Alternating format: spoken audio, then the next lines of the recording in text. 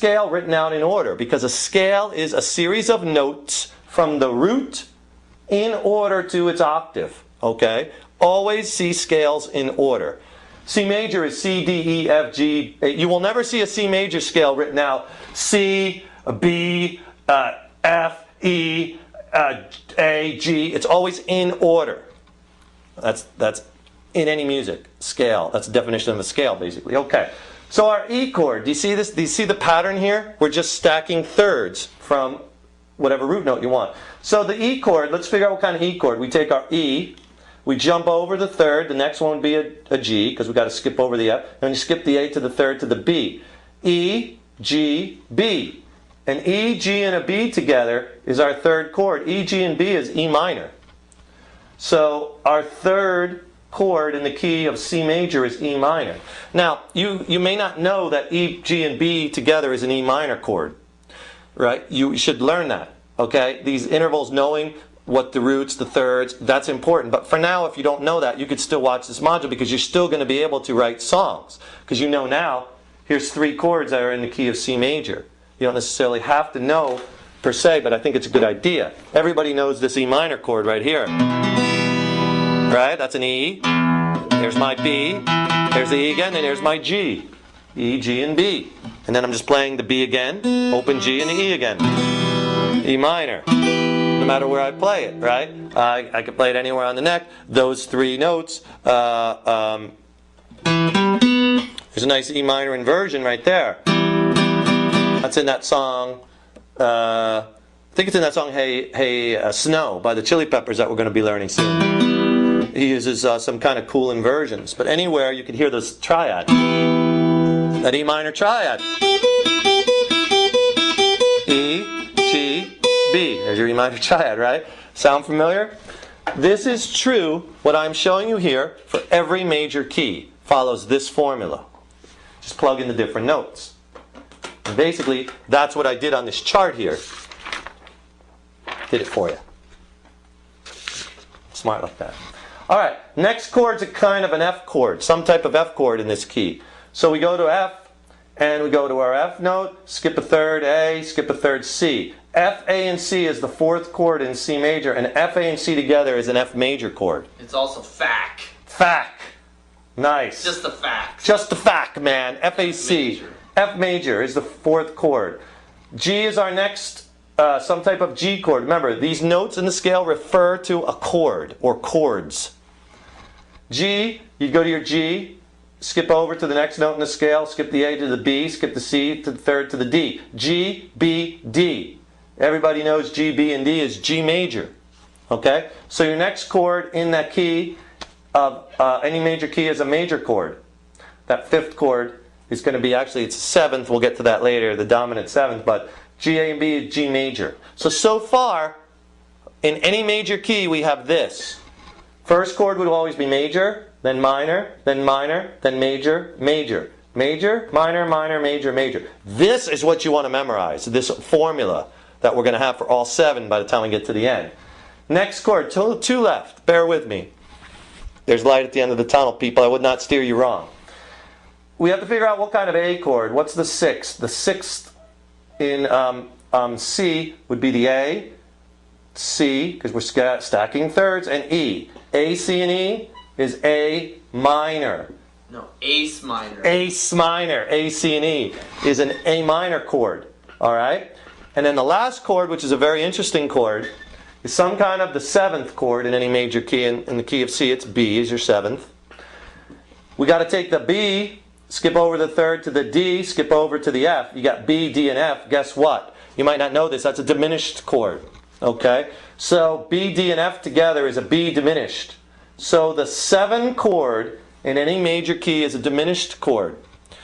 I don't know if you could see this, but I have a B with a circle. A small subscript up on the top circle. That circle means diminished. Okay?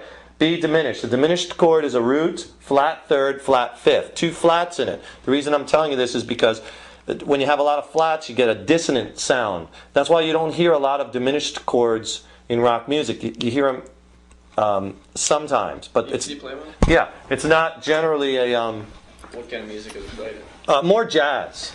More jazz. You'll hear more jazz. Here's a B diminished. Hear the dissonance? I'm playing a B. It's like that's a music in a movie that's kind of Yeah. a lot of tension or something. I'm playing a B minor 7 flat 5, which is the 7 chord in any major key. It's half diminished, but you hear that kind of real dissonance in these diminished chords. Here's another diminished chord, a B diminished over D. Hear the dissonance? That's why you don't hear them a lot in rock. You hear them more in like a jazz kind of vein. But they do appear in rock music now and then, and blues music, and occasionally you'll see them in pop, but not very often. But you have to know that the 7 chord is diminished. Okay, so look at all we're learning here, people. You now know what chords make up any major key. Here's the formula. And you need to commit this to memory, especially if you want to start writing your own songs. It goes, the first chord is major. Let's get a different color out here with our high tech. Whoa. Let's go to purple. Purple. So you got a major chord as your first chord in any given key. Then you got minor, minor, major, major, minor, and diminish. Okay, here's the formula. Major key, any major key, whether it's C, D, E flat, F, all the same rules apply. And this is a constant. Okay? Any major key, the chords are major, the one chord, then you go minor, minor, major, major, minor, and diminished. Those are the chords that make up any major key.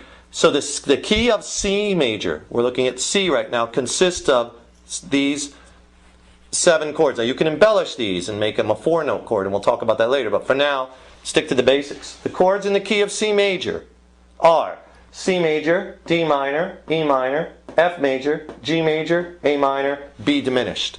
So you could take these 7 chords, mix them up and play them within a song, and they're always going to sound pretty good together. Now there's certain things like the 5 chord always resolves nicely to the 1, and the 4 chord's nice to go to for the chorus. There's certain chords that sound better together. But for the most part, these are the chords that are always much more likely to appear in the key of C major than any other chords. And it makes sense. Why? Because all these chords are just various combinations of the C major scale. It's all combinations of these 7 notes. That's why they all sound good together. Right? I mean, it has to be. They're the same combinations of the same scale. And this is true of any major scale. So let's apply this, okay? Let's give you some example of this, okay? Let's write something. I don't know, we'll make something up, okay? We're in the key of C major, all right? So the chords are C major, and then the next chord would be that D minor. I'm playing open chords here. E minor, F major. This is what we just went over, G major, A minor, and B diminished. So let's throw some of those together and see what we come up with. So I'm going to play a C major. I'm just going to do something very basic. And then maybe we'll go to A minor. And maybe we'll go to E minor. Then we'll go to G, because the 5 chord sounds nice going back to the 1. Okay, all in the key. Watch how this will, I know already it's going to sound good. All right? C major, maybe 2 measures each. A minor, E minor, G major,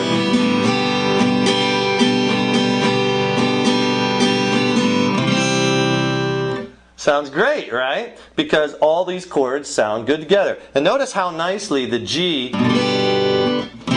goes right back to the C, because the G is the 5 chord, and the 5 chord always usually resolves nicely to the 1.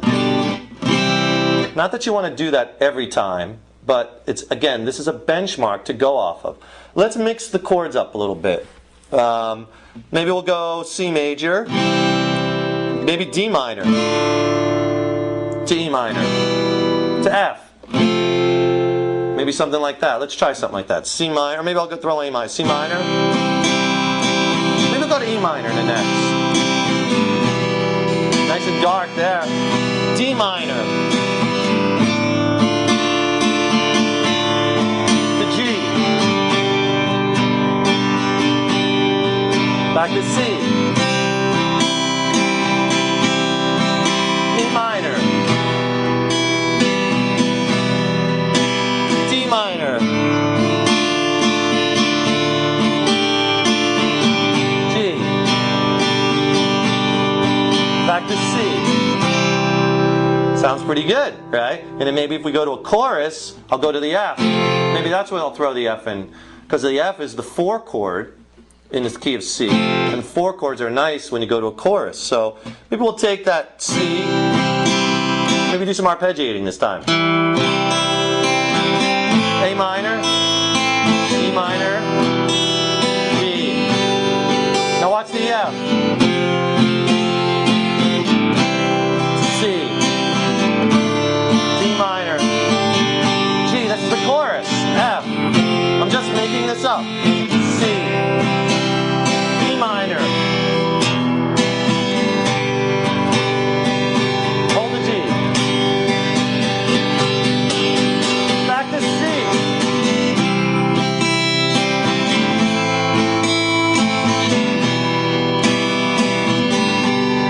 I'm just playing around with all the chords in the key of C major, okay? And I haven't even really touched, what chord am I leaving out?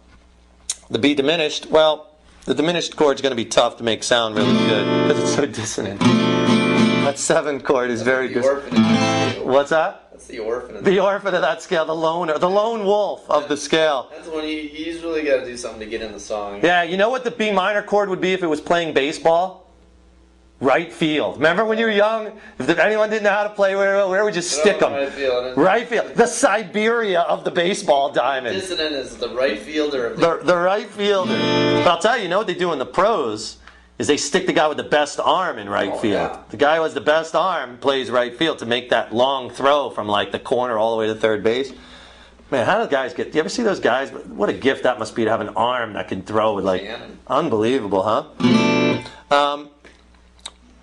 So... The question is, I mean, I see B7 often sounds good in songs. So how does that relate to... Yeah, because remember, we're going to talk... A 7th chord is another interval. You're adding a flat 7th to a major chord. Sounds good. Yeah. Probably versus that dissonant one. Well, you can't substitute for the diminished chord. There will always be... The 7 chord is always some type of diminished chord, whether it's half diminished or diminished over a low bass. No. But you can embellish these chords. Instead of A minor, I could play an A minor 7th. You know? Because this is where knowing your chords is so important. An A minor chord, root, flat, 3rd, and 5th, that's in the key. That's the